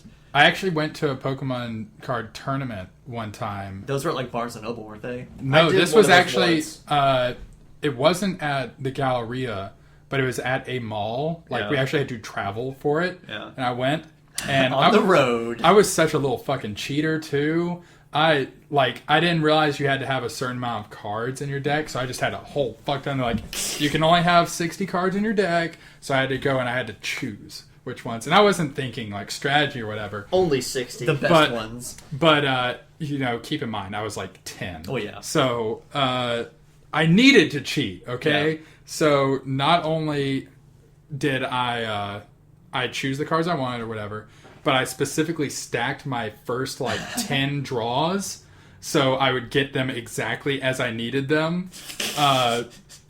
Lost in the first round to like a 20 or 30-year-old or something. I don't know. Because you threw out... I don't know. He was probably like 17, but he seemed like he was 30. Because you threw out like 9 Arcanines in a row. Well, no, my whole idea was that I was going to take all the baby ones and get to like the second evolution of each one of them and stuff really quick. But this guy had a bunch of really strong no evolution Pokemon, and they all came out really quickly because that was the whole idea, just overpower you immediately. Because I didn't understand card concepts like board control and like proper trading and stuff like that. So with the card game, if it was a Pokemon that could evolve, did you have to like start off with you had to start at the lower one. And there's a card that had the stone or whatever, right? Yeah. Neat. But we had to shuffle our decks there and everything, but I was being very sneaky in that I would do the cut because I couldn't do the like kind of shuffling, so I just kind of pushed them in between each other, but I made sure that the top of the deck always stayed at the top of the deck. Pretty sneaky, sis. I know, but it didn't help me because I lost. So cheaters never win. Yeah. I did play a little bit of Magic the Gathering when I was in Boy Scouts, actually, on a camping trip. I was introduced to it by one of the older scouts who later got kicked out because he painted his fingernails black, and like we thought that was cool, so we painted some of our fingernails black and everything, and they're like, "You're a bad influence, you're out." Can't have that because the Boy Scouts are a really cool organization that aren't shitty at all. But God forbid you be different. Literally, God forbid. God forbids it. Yeah. Yes. So that's the only Magic the Gathering that I've done. I have played a probably a couple hundred games or so. They're really quick games though, so you can't judge me. On Hearthstone, which is the World of Warcraft. Yeah. Like, are there actual physical cards for that, or is that online? It is based on the World of Warcraft card game that I never played. Was that called Hearthstone 2, or was that just... No, it was just the World of Warcraft trading card game. Okay. But, it's still the cards and stuff. And now I'm learning all of these concepts and stuff, and I'm like, well, that was why I was terrible at Pokemon cards. Somebody... It was kind of like battling on the Game Boy with a Pokemon team that was made of nothing but rare candied up level 100s, so they never had any EVs built up, so you lost out on a shit ton of stats. That's why I lost all the time with my level 100s. Yeah, and your level 100s, if you never actually went into battle with them, or you could actually go into battle with them after they had been rare candied up, and you would notice that over time their stats would actually change based on the effective values that they got from battling. It's a really cool thing that I'm going to stop talking about right now. Yeah. I had someone try to teach me how to play Magic the Gathering about 2 years ago, and he lost me after about the first 5 minutes. I am not the kind of person who plays any kind of game, video or otherwise, that with any complexity, really. Like, so you're like me in that you hate real-time strategy games. Not a huge fan. That aren't Civilization. Like, I enjoy Fallout. That's turn-based. Okay. Oh, yeah. I mean, Fallout and Skyrim are about the closest to actual RPGs that I will probably ever get. RPGs or strategy games? Either one. Okay, so you're no, not I'm not talking like... about strategy. I'm just like complex. I'm not games. as far as I'm not gonna, unless I'm playing something that is specifically meant to have lots of calculations in it, like Brain Age for the DS, because I love Brain Age, or something like that, or like the Settlers of Catan app that I've been hooked on for the past few days. Yeah. I prefer less numbers in my games because I'm a filthy casual. That's I like games where you shoot things. I like games where you jump on things. I like games where you can do a combination of the two. I never really thought about it, but I guess a lot of games I do like actually end up getting addicted to do have a lot of numbers. World of Warcraft, Hearthstone. Didn't you play... League of Legends has a lot of numbers in it too. So Didn't you play Blood Bowl a lot too? Yeah, that was a lot of numbers. That was Math the game. Yeah. Wow. And then I like role playing games and stuff like that where you constantly switch out gear and crap like that. Yeah. So it's like weird. I'm a fan of the Michael Bay type of video games, I guess. I'm a cerebral gamer in the dumbest possible definition. Yeah. Because it's like, puzzle games. I'll play them all at poop. I like story games, I guess. I don't know. Well, yeah, but I mean, those tend to not be. I mean, something like BioShock Infinite isn't complicated gameplay wise, but it still has a pretty cool story in it. That right there is a pretty good balance for me. But I don't go super in depth. I don't know if this is actually a thing, but something I always got from, I guess, the Magic the Gathering crowd or whatever is that the artwork is like a big selling point to them. Mm-hmm. But one of the reasons I never got into it is I really don't like the art style. Really? I think it looks really cool. I think some of them look really cool. I like I think they're called like slivers or something like that. They were kind of like dragons, but they weren't dragons. They were like, I don't know. They were a creature, and I thought those were really cool. But a lot of the artwork is just a little too grimdark for me. It kind of reminded me of grimdark, like Castlevania art. Yeah, how Castlevania used to look. I mean, yeah. I would, except it was almost like a mixture of like the heavy metal cartoons and mixed with like grimdark fantasy. My name on, which I was never crazy about. My name on the StarCraft servers, like with Brood War and stuff, was actually based on a Magic the Gathering card that I really liked. Oh, yeah. What was it? I can't remember. It wasn't Gunwax. No, I didn't have Gunwax until way later. I don't even remember what my. I think I was my StarCraft Brood War. It was it wasn't Chaos Legion. It was Chaos something. I should remind you that I was like 13. Yeah, that's okay. Dude, my second AOL screen name was Shadow Quest 2000. Yeah. And I played RuneScape with that name too. Yeah, that's all of my screen names were based on like 80s metal bands because I was really into that when I was in high school. Chaos Squadron, that's what it was called. Chaos Squadron was my That was my name on StarCraft. Like when I it don't know comes why. to It's not like I was a group of people or anything. I don't know what the big differentiation is, but I like the Warhammer 40K kind of grimdark art, which is kind of like World of Warcraft, which is kinda. It's like a darker version of it, yeah. and it's grimdark, but it has an almost cartoony feel to it on some of the stuff, especially the orcs. Yeah. And it's also got that slight sci-fi tinge for the 40K stuff. Whereas, Magic the Gathering doesn't really have much of that. I don't know. I just wasn't really that crazy about it. I always feel like I'd have a lot of fun with the actual Warhammer game where you have the little models and everything. I had a few. Just for that part, because I would like to paint them and stuff, and I like collecting It was things. pretty fun. My dad and my dad got me some, I think they were called Blood Angels. Yeah, Blood Angels. They were they were part of the Space Marines. Yeah. And I got to help paint them and stuff. I mean, he did all the detail stuff, and I would tell him what kind of thing I wanted on it. But it was really cool. And then I had some others that were the equivalent of the elves. I think they were called the Ender or something like that, like Dark Ender or something. But I never got around to painting those. Kind of wish I did, because they had some pretty cool stuff too. Yeah, I would just, although I hear there are a lot of people that play, air quote, Warhammer that actually just collect them. Yeah. And they never actually play anything with them. My dad does a lot of tabletop gaming in terms of the strategy stuff. Yeah. A lot of his stuff, I'm trying to think of I think it's Flames of War or something, but it's World War II era stuff. Yeah, I've seen that. And he makes a living, well, not a living, but he does make money doing commissioned work for people. Ooh. That will send him their figurines, because he'll paint them. Yeah, he'll paint them for That's him. pretty neat. Because he's been painting his own figurines since he was playing Dungeons and Dragons way back in the day. Yeah. So he's got a lot of experience, and he has a very distinctive style on how he does them. And pretty cool. He's since he's an actual grown up, he does things in a timely manner.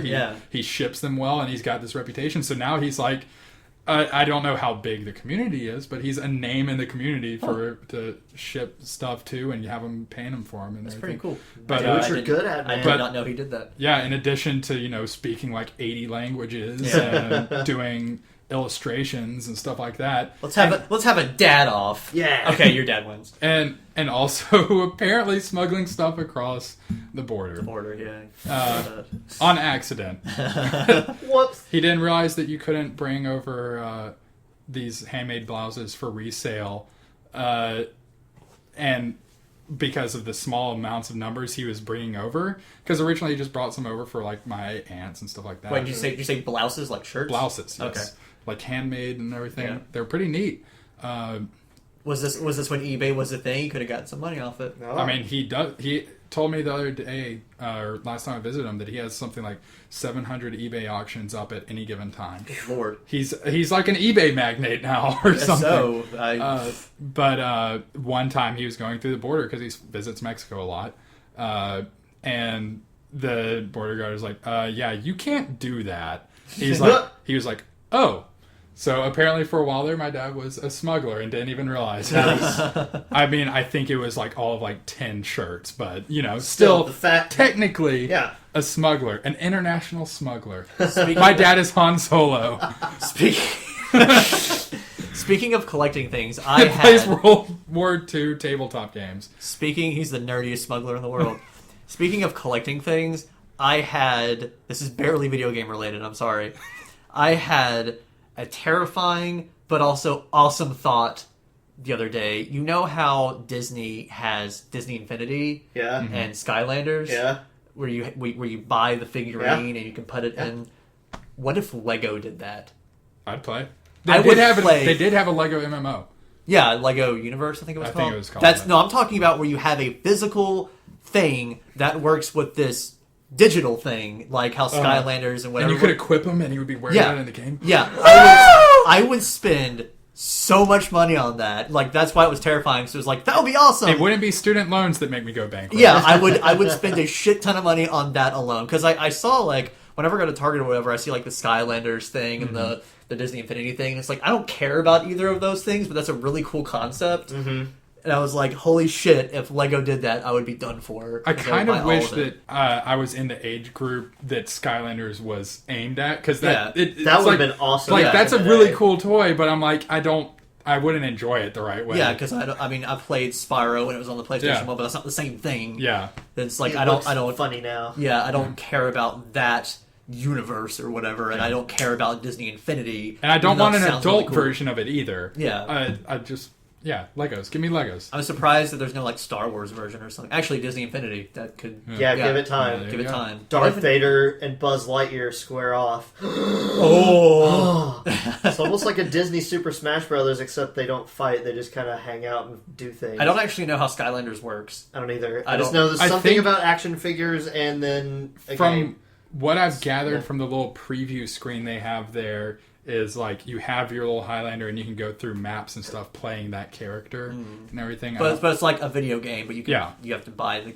So it's like DLC, but you have an actual physical toy with Basically, yeah. Although I do see how Disney Infinity works, and that's pretty cool because it's right on the verge of being like Lego, where you get this, say you get Sully from Monsters Inc. or something. You get, as far as I know, that's how it works. You get him, you get the figurine, you scan it in, with however that works, and you get him, but you also get...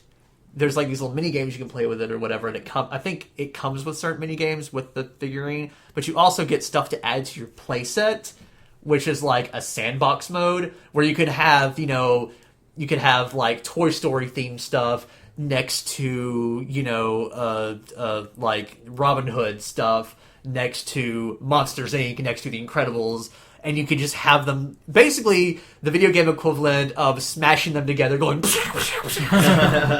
which sounds awesome, and if Lego did that, I would be all over it. We got one more email, I think. Oh yeah, well, this one's to me, but It says, Tom asks, in one of the podcasts, I thought Troy or Joseph mentioned that Tim's an engineer, or that he studied it in college. What type of engineering were you, and how did you like it? It also says he is doing biomedical engineering and is liking it so far, which is awesome. Congratulations. And you were smarter than us. Hopefully you're better at it than I was. I was in electrical engineering for a while. Well, that wasn't the first one I was in. I started off in computer science, and I really sucked at that. But I wanted to do something sciencey because that really interested me, so I did physics. That one I sucked at after a certain point, but I still had all those physics classes that I'd already taken, so I went to electrical engineering, which was also really interesting, but I really sucked at that after a point, because there's always like... You ease into it and you're like, I could do this. Well, what they do is the difficulty doesn't sort of step up, it's sort of 3 or 4 classes that are too easy, and then suddenly just brick wall class where it's like, fuck you if you don't understand everything in this. And then that's the one, like, I failed that class twice in a row. So I was like, basically you failed the weeding out class. Yeah. You got That's wet. weird but normally the weed eating classes are early. But those weed out classes are like way worse than a lot of other majors weed out classes are, because electrical engineering has electrodynamics, which is... It's a physics class that's even harder than a lot of the physics classes that I was taking. And yeah, that one was... And the professor for that class was really awesome. The reason that I failed it was 100% my fault, because I was just really bad at it. And then for some reason something possessed me. Was it a lack of motivation, or was it just lack of capability? Probably both. Well, it was the lack of capability was causing a lack of motivation, because I thought it sucked at it, which led to an even greater lack of capability. So I was like, I don't feel like working on this because I'm so bad at it, and now I'm going to be even worse at it because I didn't work on it as much as I should have, work on it poorly. And then, for some reason, I went and switched to computer science again. Thinking it would be better this time. And it wasn't. And then that's about when... Or I dropped out for a semester because I just kind of given up, and then that's when... all of this stuff started doing okay, and I was like, hey, maybe film isn't as bad of a idea as I thought it would have been when I first started. Now I wish I had majored in film back in 2007, otherwise I wouldn't be in this tremendous amount of debt that I'm in right now. Yep. I'm trying. Engineering is hard, so congrats for being able to do it, because I certainly wasn't able to. Biomedical engineering would be stuff like you making like imaging stuff for hospitals, right? I would imagine, or something like, let's call him up. Let's ask him. Yeah. Let me know exactly Google what his that name. is. Find his personal data. Did you say Tom? Was that his name? Yes. Tom, email me back. What are you Please doing? respond. Are you building artificial organs? Oh, that might be it. I don't know. I imagine that has a very high level of stress attached to it. It's like, I accidentally put a 0 instead of a 1 here. Now I've killed a person. Yeah. I was trying to think. I don't think I can say our major, since we all did the same thing now, has a weeding out class. If it has, if it's like music where they're early, then I haven't fucking found it. Maybe the mass communication 101 class. Yeah, because it's harder than you're expecting it to be. Yeah, it'll catch you off guard. Yeah, I would say that is as close as it gets. And it's only hard because literally the only grades are your test, and the tests are so precisely worded that if you get confused by word vomit, you could very easily just accidentally fail a test. I did. Yeah. I absolutely did. When I was in it, I don't know if he curved it as hard for you because we had the same teacher. Yeah. Did you have him? Yeah. Yeah, all three of us had the same mass comm teacher, just not at the same time. He looked and sounded just like, if any of you all have seen Twin Peaks, he sounds like the whatever the psychiatrist's name is, the therapist guy. I can never remember his name. You put me on the spot. I can't kind remember. of a mix between him and with a little bit of Randy Quaid. Just a little bit of both of those. He's got that Randy Quaid-esque crazy gleam in his eye. Yeah, he's like, I might have killed a guy once. I hear you saying nice things to me, but I'm also pretty sure you're picturing me dead. Yeah. If this were a video podcast, I would do my impression of him. But you have to be able to see the face where you like, that's not what I do. I don't have a cell phone. Like he's squinting and Except smiling. when I was in it, he did have a cell phone, but he was very proud of the fact that it was an old flip phone. Yeah, whatever. He taught mass communication, didn't own a fucking cell phone. He was one of those people. That kind of sums up that entire experience for me, really. Just the experience in the comm school in general. Yeah, he was, anyway, when I was adding up... He curved pretty hard. He curved pretty hard, and I looked up just how hard, based on our test... The average curve for the 4 tests that we took in there, which were the only 4 grades, other than attendance, which he also graded hard. Yeah, like you had to sign in, and he said he did this, would cross-reference your signature so you couldn't be signed in by other people. I bet he didn't do that. I don't think he did that, but whatever. He has a flip phone, man. But the average curve for each test was 13 points over an entire letter grade. For each test. Wait, say that again? 13 points. So if you had a 57 on the test, you just made a C on his test. Oh, I thought you were saying the average grade was a 13 out of 100. Holy shit. No. That's what I made on my math placement exam when I got there. I'm not kidding. I talked about I had some one of this. semester of math that I had to get credit for, and I took 3 semesters to get it because... when I was taking my placement test, I hadn't taken a math class in 8 fucking years. Basically. I didn't even try. Because I had already been in community college for a few semesters already, but I didn't take any math classes then. So I was like, I could Google all these answers and go ahead and get into my 110 class, but I'm not going to do that and end up failing that. So I'm just, if I don't know the answer, I'm not going to answer it. Ended up making like a 38, had to be go into 005, then 100, then 110. You didn't answer some of the questions and you got 20 points better than me? Yeah. I answered all the questions. I just picked them at random though sometimes. Wow, you have really bad luck. Apparently so. 13%. Looks like the probability stuff didn't stick. There was no probability stuff. I'm good at probability. On my stuff, a lot of it was fill in the blank though. It wasn't multiple choice. Wait, math? Yeah. As in, like, 2 + 2 = blank? Yeah. Oh, so you had to, like, write it? Uh-huh. Oh, mine was on a computer. It was multiple choice. I mean, mine was on a computer, but you had to fill it out. Yeah, weird. Yeah. That would take forever. How many questions was it? Like 50, I think. Yeah, mine was 52, and it was multiple choice. I was like, this is going to be easy in the first question. I was like, I don't know that, whatever. Oh, no, I don't know that one either. Oh, shit, I don't know any of these. Multiple choice math, We're not math guys. test is just, I don't see the point in doing a multiple choice math test. And especially I do. It's for people like me. It's for people like me who know how to reverse engineer it to get the answer, which takes more skill, effort to do than actually learning the material, but whatever. Well, see, once you get in some of the higher level math classes, the last thing that you want is a like strict multiple choice pass fail kind of thing, like on a Scantron sheet, because a lot of those, what happens is, obviously if it's a math problem, it only has the one correct answer. But once you get up into like calculus and stuff, they're usually pretty generous with partial credit. So that's why they would tell you to show your work is to get you in the habit of it, because in those you might get the answer wrong, but they can look at your steps and still give you partial credit for the stuff that you didn't fuck up. Like if you did everything right, but maybe you just didn't carry a 1 in one step and you accidentally had the wrong answer, if that was multiple choice, fuck you got it wrong. Yep. Whereas, something like where you had to fill in the blank and show your work, at least then they could maybe take off a point or two just because you messed up that little step and did everything else right. But by that point, they would never give a multiple choice test anyway in like Cal 30 or something. My last semester of math was kind of stressful right at the end because I was not doing super well in it. And I thought that I had to, have a C to pass because, all my major classes, I have to have a C to pass. Mm-hmm.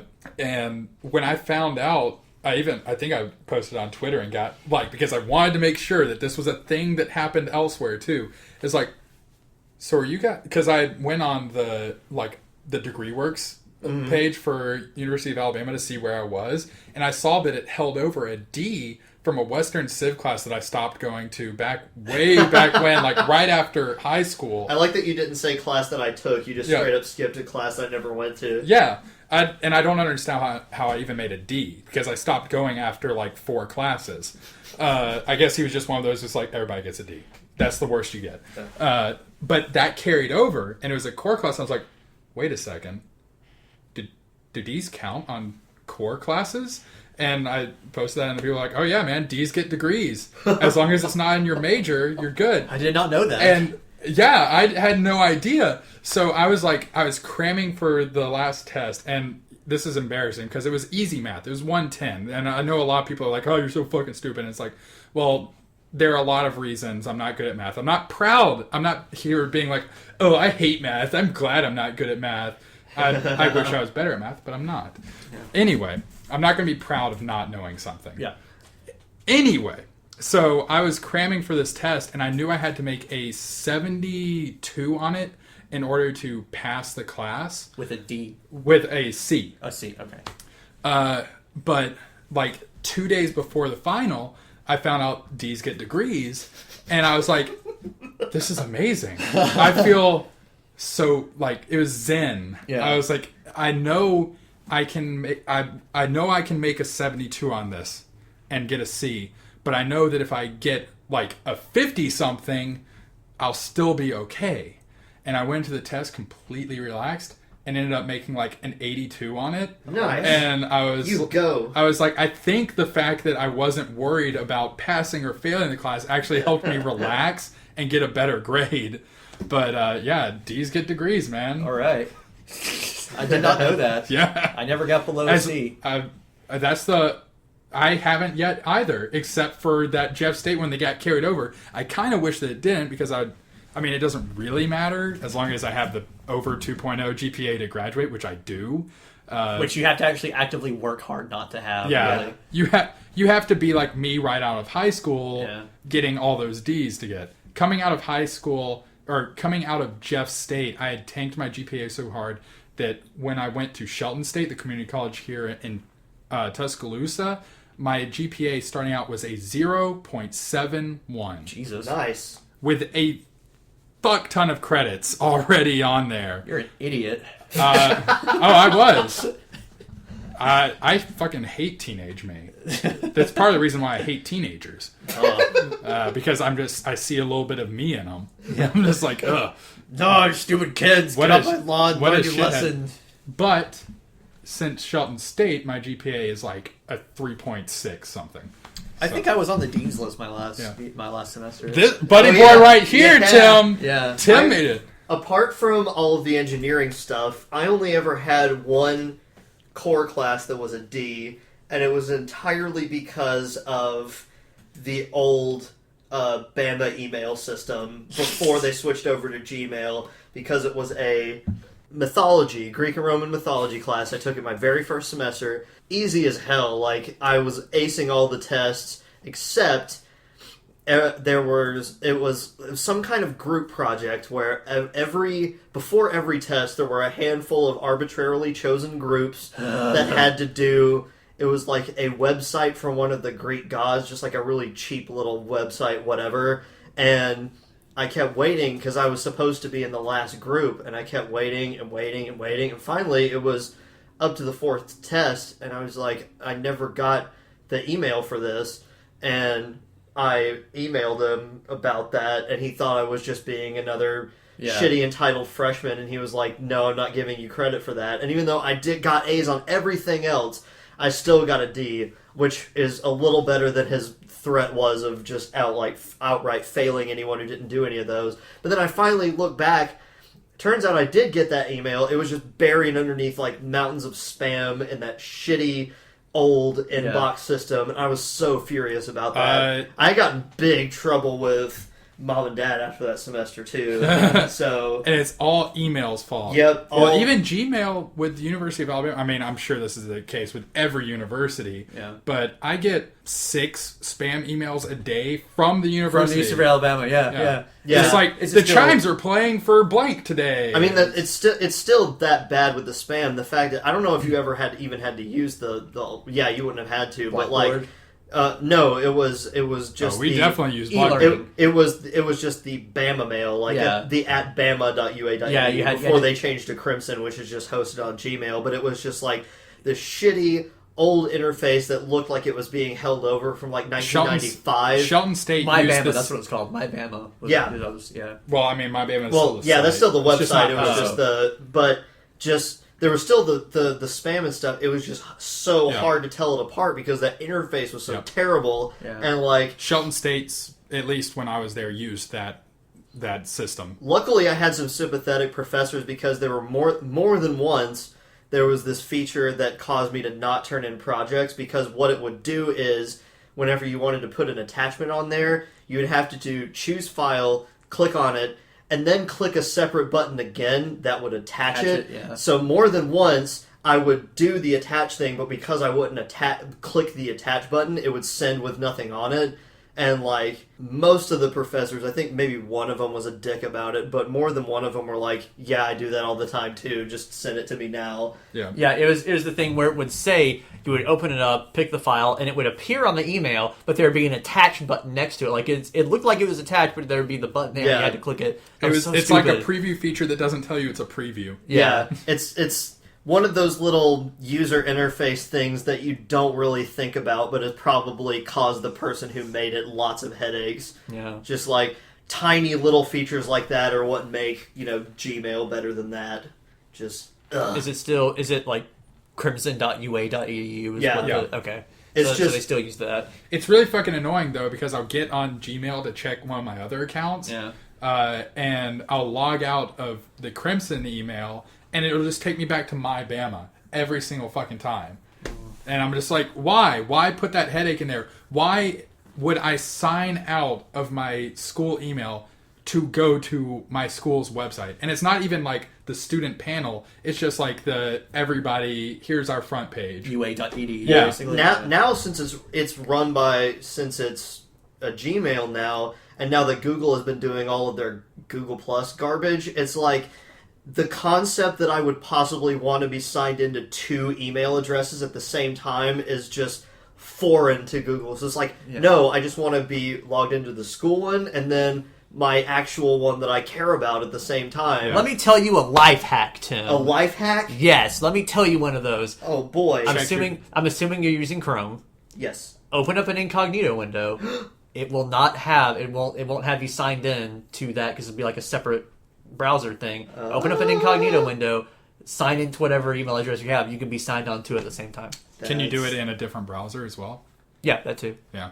Or you can just open up IE and have whatever on that. Chrome is the only option on a Chromebook. I assume, yeah. Well, Man. I mean, I think at least for a while, I don't know if it's like this anymore, but when they launched the new email system, it would not work on Chrome. You had to check it on IE or Firefox.